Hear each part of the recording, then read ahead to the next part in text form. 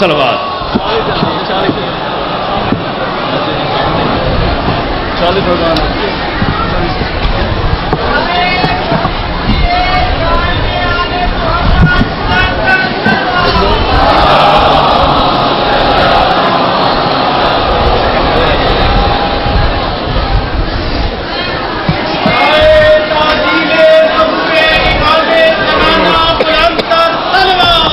Sound اس کا بڑھا دیجیے گا تھوڑا سا.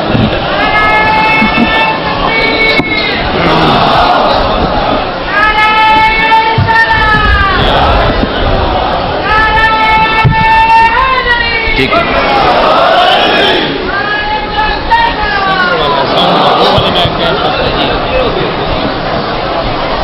فاتحہ. بسم اللہ الرحمن الرحیم. الحمد للہ رب العالمین الرحمن الرحیم مالک یوم الدین نحمده وإياك نستعين اهدنا الصراط المستقيم صراط الذين أنعمت عليهم غير المغضوب عليهم ولا الضالين. اللهم صل على محمد وعلى آل محمد. أعوذ بالله من الشيطان الرجيم.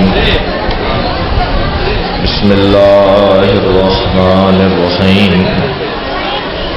الحمد لله الذي لا يبلغ مدحته القائلون ولا يحصي نعماء العادون ولا يؤدي حقه المجتهدون الذي ليس لصفته حد محدود ولا نعت موجود ولا وقت معدود ولا أجل ممدود فطر الخلائق بقدرته ونشر الرياح برحمته. الصلاة والسلام على الرسول المسدد المصطفى الأمجد المحمود الأحمد سیدنا و مولانا و مولا الکونین جد الحسن والحسین عانی ابو القاسم محمد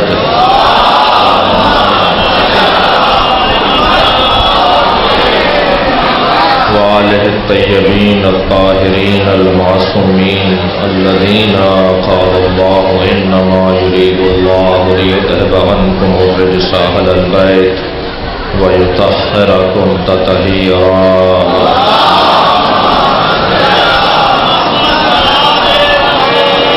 وَلَعْنَةُ اللَّهِ عَلَى أَعْدَائِهِمْ أَجْمَعِينَ مِنْ يَوْمِ عَدَاوَتِهِمْ إِلَى قِيَامِ يَوْمِ الدِّينِ. أَمَّا بَعْدُ فَقَدْ قَالَ الْحَكِيمُ فِي الْقُرْآنِ الْكَرِيمِ.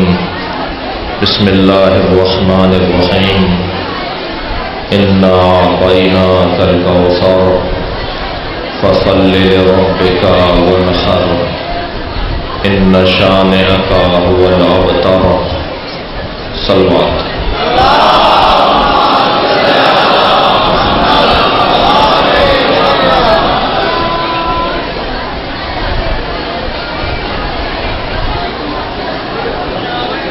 سورہ مبارکہ کوثر کی تلاوت کی ہے. قرآن مجید کا سب سے چھوٹا سورہ. قرآن کا سب سے بڑا سورہ سورہ بقرہ، اس کو تھوڑا سا اوپر کر دیں. اور قرآن کا سب سے چھوٹا سورہ سورہ کوثر.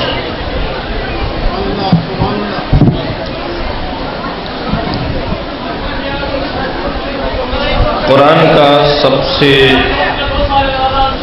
چھوٹا، توجہ میری طرف ہے،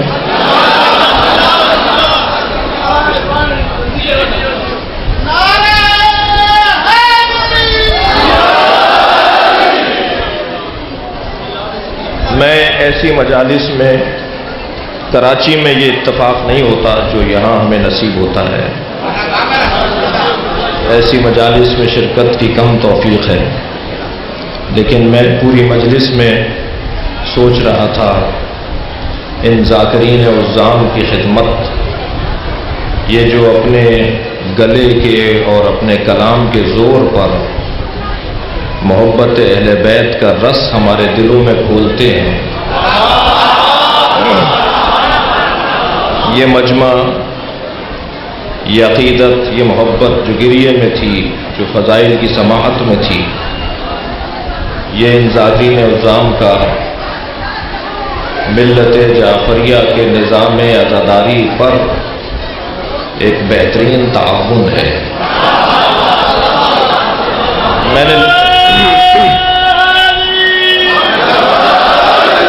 نے لفظ احسان ادا نہیں کیا، اس لیے کہ احسان تو حسین کا ان پر ہے۔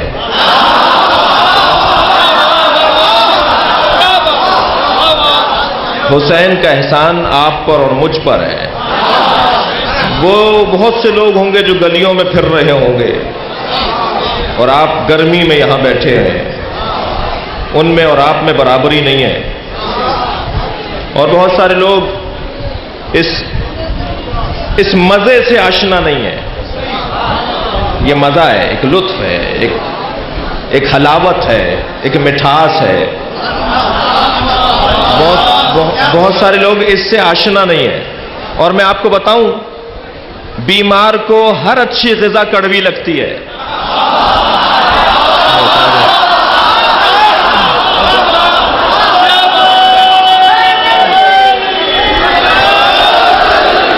بہت سارے لوگوں کو یہ یا علی کی صدائیں اچھی نہیں لگتی۔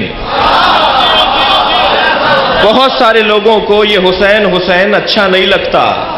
اس کا مطلب یہ نہیں ہے کہ حسین حسین اور علی علی میں کوئی کمی ہے، وہ بیمار ہے۔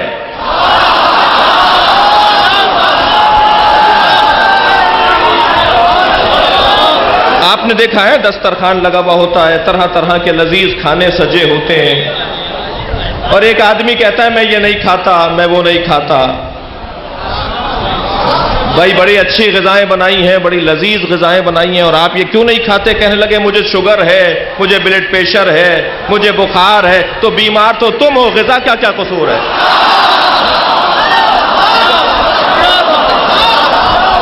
توجہ ہے بات کی؟ میں ان مجالس میں سال میں 6 مہینے میں البتہ پنجاب اور انٹیریئر سندھ کے اندر، اندرون سندھ میں جانے کا اتفاق رہتا ہے، تب اس طرح کے اجتماعات میں شرکت ہوتی ہے۔ لیکن یقین جانیے میں جتنی دیر بیٹھا سن رہا تھا، مجھے بالکل یہ اثر نہیں ہو رہا تھا کہ یہ ٹائم زیادہ ہو رہا ہے، یہ زیادہ پڑھ رہے ہیں، میرے لیے ٹائم کم رہ جائے گا، اس لیے کہ یہاں گنتی نہیں ہوتی، تولا جاتا ہے۔ اہل بیت کے ہاں گنا نہیں جاتا، تولا جاتا ہے۔ کوئی 2 گھنٹے پڑھے اور کوئی 2 منٹ پڑھے، کیا معلوم 2 منٹ کا بھاری پن آ جائے۔ اس لیے یہ طے نہیں ہونا چاہیے۔ میں سوچ رہا تھا کہ میرے پاس تو آدھا گھنٹہ بھی نہیں رہا، کیونکہ مغرب ہو جائے گی 6:45 بجے، اور میرا فریضہ ہے کہ فرش عزا در حقیقت مسجد کے ساتھ ہے، اور ہمارے ان بزرگوں کا ہم پر احسان ہے کہ انہوں نے مسجد اور امام بار کا ساتھ ساتھ بنائے۔ یہ چاہتے تو دور دور بنا دیتے، یہ ساتھ ساتھ بنائے اس لیے ہیں تاکہ اس سے کوئی لڑائی نہ ہونے پائے۔ ان دونوں کو ساتھ اسی لیے رکھا ہے نا۔ اور پھر دنیا کہتی ہے کہ ہم نے اسلام پر یہ خرچہ کیا، اسلام پر وہ خرچہ کیا۔ میں کہتا ہوں اہل بیت اور اہل بیت کے چاہنے والوں کے علاوہ کسی نے اسلام پہ کوئی خرچہ ہی نہیں کیا ہے۔ اسلام پہ اگر خرچہ کیا ہے تو اہل بیت نے کیا ہے، اس لیے کہ انہی کی چیز تھی۔ توجہ چاہ رہا ہوں آپ سے۔ کل مجھے ٹائم اگر مناسب ملے گا تو انشاءاللہ میں آپ کو 1 گھنٹے آپ کی خدمت پر رہوں گا۔ آج مجھے اذان تک بات کرنے دیجئے، اور کل انشاءاللہ تفصیل سے بات ہوگی۔ بھائی جس کی چیز ہوتی ہے نا، بربادی کا دکھ اسی کو ہوتا ہے۔ توجہ چاہ رہا ہوں۔ اسلام ایک شفا بخش دوا کا نام تھا۔ معاشرہ جہالت کے اندھیرے میں ڈوبا ہوا تھا، بھائی بھائی کو قتل کر رہا تھا، خون سفید ہو چکے تھے، ذرا ذرا سی بات پر مدتوں جنگیں رہتی تھیں۔ نبی مکرم نے فرمایا کہ یہ میں تمہیں ایک ایسی دوا دے رہا ہوں جس سے تمہیں شفا ملے گی، اور یہ میرے جملے نہیں ہیں، یہ مولا علی کے جملے ہیں نہج البلاغہ میں۔ اسلام ایک شفا بخش دوا ہے، اور لوگوں نے جیسے ہی وہ دوا لینا شروع کی، لوگوں کو شفا ہونے لگی۔ اب جب لوگوں کو شفا ہونے لگی تو عزیزان گرامی، جب شفا ہونے لگتی ہے تو دو طرح کے طبیب ہوتے ہیں. ایک طبیب تو ہوتا ہے جو مریض سے محبت کرتا ہے، ایک طبیب ہوتا ہے جو اپنی جیب سے محبت کرتا ہے. جو طبیب اپنی جیب سے محبت کرتا ہے وہ مریضوں کو اچھا ہوتا وہ نہیں دیکھنا چاہتا. وہ چاہتا ہے بھائی بیماریاں پھیلتی رہیں تاکہ میرا مطلب بھی تو چلتا رہے. ایسا ہی ہے معاشرے کے اندر. جب اسلام شفا بخش دوا نے، تھک تو نہیں رہے آپ، جب اس شفا بخش دوا اسلام نے لوگوں کو شفا دینا شروع کی تو جن کی دکانیں بند ہونے لگیں، جن کا کاروبار ٹھپ ہونے لگا، جن کے معاملات خراب ہونے لگے، انہوں نے کہا صاحب چارہ کچھ نہیں ہے، ایک ایسی دوا بناؤ کہ جس کی بوتل تو اسلام کی ہو مگر اس میں جو مواد ہو وہ جعلی ہو.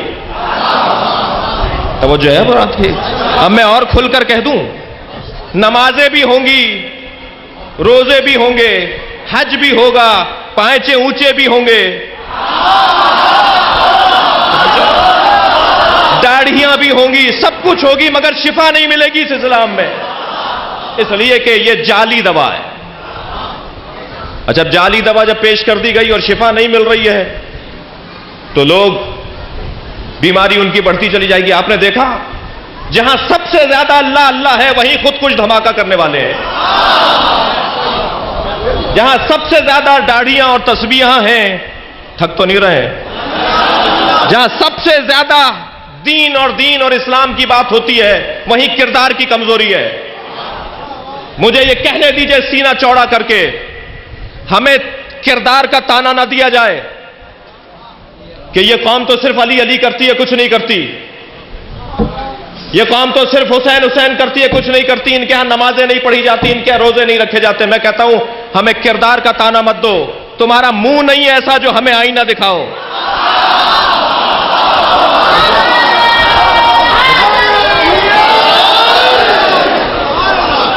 ہمیں کردار کا کوئی تانا نہ دے. میں بہت ساری دلائل رکھتا ہوں، ایک موٹی سی دلیل دے دیتا ہوں. تاریخ میں کیا ہوا اس کا میں صفحہ نہیں پلٹنا چاہتا، لیکن میں تو حالات کی بات کر رہا ہوں، آج کی بات کر رہا ہوں. دنیا میں 56 اسلامی ممالک ہیں، تم کردار کی بات کرتے ہو. جو مکہ اور مدینہ پر قابض بیٹھے ہوئے ہیں وہ تو امریکہ کا ساتھ دیتے ہوں.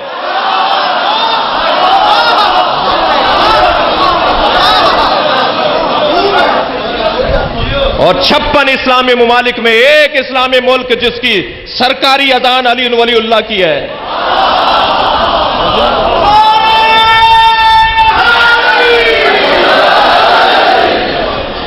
وہ ہے جو کردار کی دعوت دیتا ہے، جو چٹنی روٹی جس کا صدر کھاتا ہو، جو آواز دیتا ہو کہ اگر تم نے شام پر حملہ کیا تو ہم شام پر حملہ کرنے پر کسی اور اسلامی ملک پر حملہ نہیں کریں گے. ہمیں پتا ہے کہ شام پر حملہ کون کروا رہا ہے. تم شام پر حملہ کرو گے، ہم اسرائیل کو صفحہ ہستی سے مٹا دیں گے.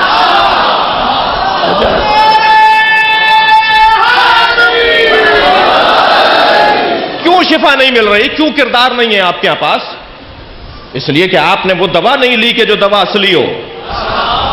جعلی دوا لی ہے. اصلی دوا ہے اہل بیت. اسلام کے پیکر میں جو دوا ہے اسے اہل بیت کہا جاتا ہے. جو اہل بیت سے دور ہے وہ بیمار ہے. توجہ ہے عزیزان گرامی. مجھے معلوم ہے میری بات کہاں تک پہنچ رہی ہے. اتنا ضرور طے ہے کہ در حقیقت یہ جو صدائیں ہیں علی کی اور حسین کی صدائیں، یہ ہم پر ایک احسان کرتی ہیں. یہ جو نام ہے نا علی، عین لام چھوٹی ہے، اللہ نے ایک ہی بنایا ہے.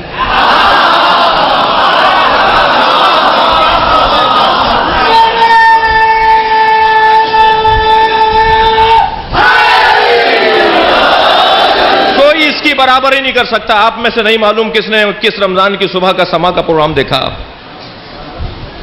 سما ٹی وی پر جو 21 رمضان صبح شہادت مولا علی کا پروگرام نشر ہوا سحری میں، اس میں ایک صاحب تشریف فرما تھے، کہنے لگے کہ یہ علی علی کرنے سے کچھ نہیں ہوگا، کردار ہونا چاہیے. تو میں نے ان سے کہا کہ مولانا آپ اگر اہل سنت بریلوی ہیں تب بھی میں جواب دے سکتا ہوں. اور آپ اگر اہل حدیث ہیں تب بھی جواب ہے. کتنے ہی بریلوی اہل حدیث علماء کرام ہیں جو ناد علی کا وظیفہ کرتے ہیں. انہیں پتا ہے کہ ہمارا رستہ سیدھا ہوگا تو اسی طریقے سے ہوگا, ہمارے معاملات اسی طریقے سے سیدھے ہوں گے. آگے جا کر میں نے ان سے ایک جملہ کہا, میں نے کہا مولانا در حقیقت کردار کا تانا ہمیں نہ دیا جائے, اس لیے کہ کردار کا تانا اسے کھانا پڑے گا جو بظاہر اپنے آپ کو وارث کعبہ اور مکہ اور مدینہ بھی کہتا ہو اور کردار کے اندر وہ یہودیوں سے بھی زیادہ پستر ہو. میں آپ سے آپ کی خدمت میں عرض کروں کہ پاکستان کی سرزمین پر یہ جو مجمع بیٹھا ہے یہ نمازی بھی زیادہ ہیں, یہ روزہ دار بھی زیادہ ہیں, یہ حاجی بھی زیادہ ہیں. تم تعداد تو نکالو ہماری جتنی تعداد اس ملک میں نکلے گی اس تعداد کے حساب سے نمازی بھی زیادہ ہیں, روزہ دار بھی زیادہ ہیں, حاجی بھی زیادہ ہیں, خمس بھی زیادہ دیتے ہیں, زکوٰۃ بھی دیتے ہیں. لہذا کردار کا تانا نہ دیا جائے. اور پھر ہمیں کوئی نہیں بتائے کہ اسلام کیا ہے اور توحید کیا ہے, اس لیے کہ ہم نہج البلاغہ رکھتے ہیں, ہم دعائے کمیل رکھتے ہیں, ہم صحیفہ سجادیہ رکھتے ہیں. ہم سے بہتر کوئی اللہ کی معرفت نہیں کروا سکے گا, اس لیے کہ ہم حسین رکھتے ہیں جو دعائے عرفہ میں اللہ کی معرفت کروا رہا ہے. بس ایک جملہ امام حسین کا جو دعائے عرفہ کا ہے اسے سن لیجئے اور چلتے ہیں اسی طرف جس طرف ذاکر اول محترم سننے والوں کو لے کر گئے. فرماتے ہیں یا اللہ, توجہ میری طرف ہے, امام حسین فرماتے ہیں یا اللہ میں تیرے آثار پر توجہ کر کر تیری ذات سے دور نہیں ہونا چاہتا. اس درجے کی معرفت توحید ان کے بڑوں کے پاس نہیں ہے, اس درجے کی معرفت توحید. میں تیرے آثار میں گم ہو کر تیری ذات سے دور نہیں ہونا چاہتا, میں تو تیری ذات پر غور کرنا چاہتا ہوں. ایک گاڑی گزر رہی تھی, مثال دے رہا ہوں میں امام کے اس جملے پر, ایک گاڑی گزر رہی تھی, لوگ آپس میں بات کرنے لگے کتنے اچھے ٹائر ہیں, کتنی اچھی باڈی ہے, کتنا اچھا رنگ ہے, اس کی لائٹیں تو دیکھو کتنی اچھی ہیں, اور گاڑی گزر گئی. کسی نے یہ بات ہی نہیں کی کہ اس کا بنانے والا کون ہے. امام فرما رہے ہیں میں تیرے آثار میں گم ہو کر تیری ذات سے دور نہیں ہونا چاہتا. میں چاند پر غور نہیں کروں گا, امام فرما رہے ہیں میں سورج پر غور نہیں کروں گا, مجھے زمین پر غور نہیں کرنا, مجھے آسمانوں پر غور نہیں کرنا, مجھے تو تیری ذات پر غور کرنا ہے. تیری ذات مجھے کہیں دور نہ کر دے تیری آثار پر غور کرنے سے. سلام ہو حسین کے 6 مہینے کے بچے پر. بہن کے مصائب ذاکر اول نے پڑھے, میں بھائی کے مسائل پڑھ رہا ہوں. جب بھی جناب علی اصغر کا ذکر آئے تو جن گھروں میں چھوٹے چھوٹے بچے ہیں وہ اپنے تصور کو ضرور لے جایا کریں کہ کیا گزرتی ہوگی قلب رباب پر. وہ ماں جس نے اپنے بچے کو 2 مرتبہ ذبح ہوتے ہوئے دیکھا, اجرکم اللہ. ایک مرحلہ وہ تھا جب گلے میں تیر لگا, اور ایک مرحلہ وہ تھا کہ کچھ نیزہ بردار ظالم آگے بڑھے, زمین کربلا پر نیزے چبھوتے تھے تاکہ علی اصغر کا لاشا ڈھونڈ کر لے آئے. ماں درے خیمہ سے دیکھ رہی تھی, ایک ننھا سا لاشا نیزے میں گڑا ہوا باہر آ گیا. اجرکم اللہ. کتنا سخت مرحلہ تھا. وہ چھوٹا سر نیزے پر اٹھا لیا گیا. سلام اس ماں پر ہو جو جب تک زندہ رہی کبھی سائے میں نہیں بیٹھی, اس لیے کہ امام حسین کے لاشے کو دھوپ میں دیکھا تھا. فرمانے لگی میرے والی جب تک زندہ رہوں گی کبھی سائے میں نہیں بیٹھوں گی. میری بیوی مدینے جانے کے بعد بھی دھوپ میں ہی بیٹھا کرتی تھی, اور دھوپ میں بیٹھ کر بیوی بہت بڑی شاعرہ تھیں, مرثیے لکھے ہیں بیوی رباب نے. ایک بات اور سوچ رہا تھا ابھی میں, مصائب جب ہو رہے تھے, یہ کب سے رو رہے ہیں سارا مجمع مسلسل رو رہا ہے. مجلس میں تبرک کی بانی جناب رباب ہیں. میری بیوی کے گھر میں مجلس ہوتی تھی تو آپ نے ایک کنیز کو دیکھا جو بہت دیر سے رو رہی ہے. اسے قریب بلا کے پوچھا تم اتنی دیر سے کیسے رو رہی ہو؟ کہنے لگی بی بی کچھ دیر کے بعد اٹھ کے جاتی ہوں ستو کا شربت پی کر آتی ہوں. فرمانے لگی آج کے بعد مجلس میں تبرک دیا جائے گا. یہ جو ہمارے یہاں نیاز دی جاتی ہے، نظر کھلائی جاتی ہے، یہ جناب رباب بانی ہے اس کی. دھوپ میں بیٹھی ہیں، علی اصغر پر مرثیہ لکھ رہی ہیں، کبھی امام حسین پہ مرثیہ لکھ رہی ہیں. مرثیہ لکھتے لکھتے ایک مرتبہ یاد آیا، اپنے بچے کو یاد کر کے کہتی ہیں علی اصغر میں نے بہت بچے دیکھے جن کا دودھ چھڑایا جاتا ہے تو ان کا لاڈ اٹھایا جاتا ہے، ان سے پیار کیا جاتا ہے، اس لیے کہ ماں دودھ چھڑا رہی ہے. بچہ 2 سال کا ہو رہا ہے، اس کا دودھ چھڑایا جا رہا ہے. جناب رباب مرثیہ لکھ رہی ہیں، میں نے بہت بچے دیکھے ہیں جن کا دودھ چھڑایا جاتا ہے تو ان کا لاڈ اٹھایا جاتا ہے، ان کو پیار دیا جاتا ہے. میں نے تجھ جیسا بچہ نہیں دیکھا جس کا تیر سے دودھ چھڑایا گیا. اے علی اصغر اجرکم اللہ، اجرکم اللہ. جب تک زندہ رہی جناب رباب سائے میں نہیں بیٹھی ہیں. فرماتی ہے میں نے تجھ جیسا بچہ نہیں دیکھا جس کا تیر سے دودھ چھڑایا گیا. ہمیشہ دھوپ میں بیٹھتی ہیں. بی بی کی حالت متغیر ہو گئی ہے. ابو حمزہ صومالی امام سجاد کے شاگرد ہیں. دعائے ابو حمزہ صومالی ماہ رمضان میں آپ پڑھتے ہیں، جس کے نقل کرنے والے وہ ہیں. وہ کہتے ہیں ایک دن واقعہ کربلا کے بعد میں امام کے دروازے پر آیا. کنیز دروازے پر آئی، میں نے اس سے کہا کہ مجھے مولا تک پہنچاؤ. وہ اندر گئی، امام سے اجازت لے کر آئی، مجھے صحن خانہ سے گزارنے لگی اور امام کے حجرے میں لے جانے لگی. تو میں نے کیا دیکھا، کالے برقعے میں ایک بی بی ہے جو دھوپ میں بیٹھی ہے. میں اس کے قریب سے گزرا، میں امام کے پاس بیٹھا. بہت دیر تک امام سے میں نے سوالات کیے، امام سے سوالات پوچھے، درس لیا، حدیث سیکھی. اس کے بعد جب میں واپس جانے لگا تو پھر دیکھا دھوپ ڈھل گئی ہے، مگر وہ برقعے میں جو دھوپ میں بی بی بیٹھی تھی وہ وہاں سے اٹھ کر دھوپ میں آ کے بیٹھ گئے. ابو حمزہ کھڑے ہو گئے. امام نے پیچھے سے آواز دی ابو حمزہ کیا سوچ رہے ہو؟ تو مڑ کر کہا مولا شاید کسی غلطی پر آپ نے اپنی کنیز کو سزا دی ہے، دھوپ میں بٹھایا ہے، مولا میری وجہ سے اسے معاف کر دیجئے. امام کی آنکھوں میں آنسو آ گئے. فرمانے لگے میری ماں رباب ہے، میرے بابا سے وعدہ کیا تھا جب تک زندہ رہوں گی کبھی سائے میں نہیں بیٹھوں گی. اجرکم اللہ، اجرکم اللہ. بس آخری جملہ سن لیجئے. جناب ابو حمزہ چلے گئے، امام سجاد جناب رباب کے برابر میں آ کے بیٹھ گئے. اما اب تو غیر بھی کہتے ہیں سائے میں آ جائیے. تو ایک نحیف سا جملہ جناب رباب نے کہا. فرمانے لگی اے زین العابدین کیا ہرملا مارا گیا؟ میرے بچے کو جس نے مار ڈالا، میرے حسین پر جس نے تیر برسائے، جب تک وہ نہ مارا جائے رباب سائے میں نہیں بیٹھے گی.